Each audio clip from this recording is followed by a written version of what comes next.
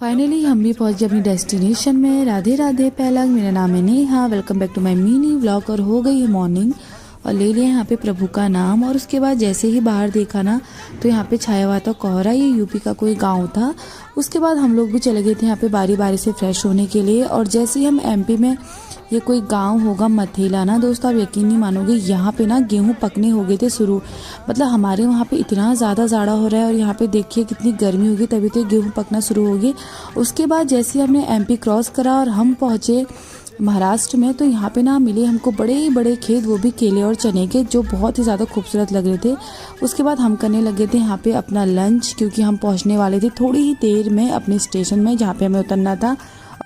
और हमें मिले ट्रेन में ये दो भाई जो बरेली से ही बैठे थे हमारे साथ। इनके साथ ना हमारा अच्छा खासा टाइम स्पेंड हो गया, बहुत ही ज़्यादा बातें वगैरह करी हमने इनके साथ। और फाइनली हम पहुंच गए थे अपने स्टेशन पे जहाँ पे हमें उतरना था।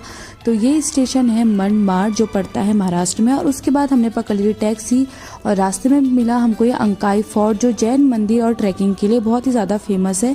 और थोड़ी देर में हम भी पहुँच गए थे अपनी फाइनल लोकेशन पे, शिरडी साई धाम। तो यहाँ पे पहुँचे और सबसे पहले ढूंढा हमने रूम।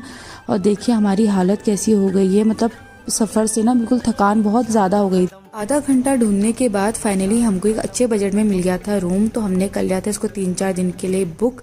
और ये रूम था 6 बेड, क्योंकि हम भी थे 6 लोग। अच्छा खासा इसमें स्पेस था, प्लस इसका अरेंजमेंट भी बहुत अच्छा था। तो उसके बाद मैं हो गई थी यहाँ पे अच्छे से फ्रेश। और दोस्तों यहाँ का मौसम ऐसा हो रहा था जैसे ना हमारे वहाँ पे होता है अप्रैल और मई में, मतलब यहाँ पे ठंडा लग ही नहीं रहा था। इसलिए मैं भी उतर गई हाफ में, मतलब यहाँ स्वेटर की ज़रूरत पड़ ही नहीं रही थी। और उसके बाद हम लोग खाने लग गए थे खाना, क्योंकि घर का जो खाना बचा था हमने सोचा ख़राब होने से पहले उसको खा दिया जाए, तो वही खा रहे थे, क्योंकि अब तो सिर्फ बाहर का ही खाना है। फिर रेस्ट करके इवनिंग टाइम पे हम चले गए थे साईं बाबा जी के दर्शन करने के लिए। और सामने ही है मंदिर, लेकिन मंदिर के अंदर फ़ोन वगैरह ले जाना अलाउड नहीं है, इसलिए बाहर से जमा हो जाता है। और हम दर्शन करके आ गए थे। अभी फ़िलहाल उतनी भीड़ तो नहीं थी। और ये देखिए मेरी आंखें कितनी सूज गई हैं, मतलब ना बहुत ही ज़्यादा थकान लग रही थी।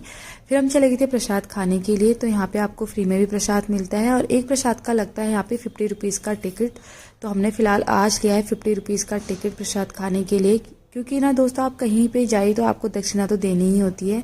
तो हमने कहा चलो ऐसे ही सही। तो उसके बाद हम भी लग गए थे यहाँ पे लाइन में। और सच में यहाँ पे साफ़ सफाई का बहुत ही ज़्यादा ध्यान दिया था।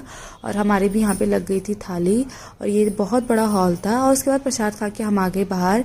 तो आपको मेरा ब्लॉग कैसा लगा ज़रूर बताइएगा। Bye bye.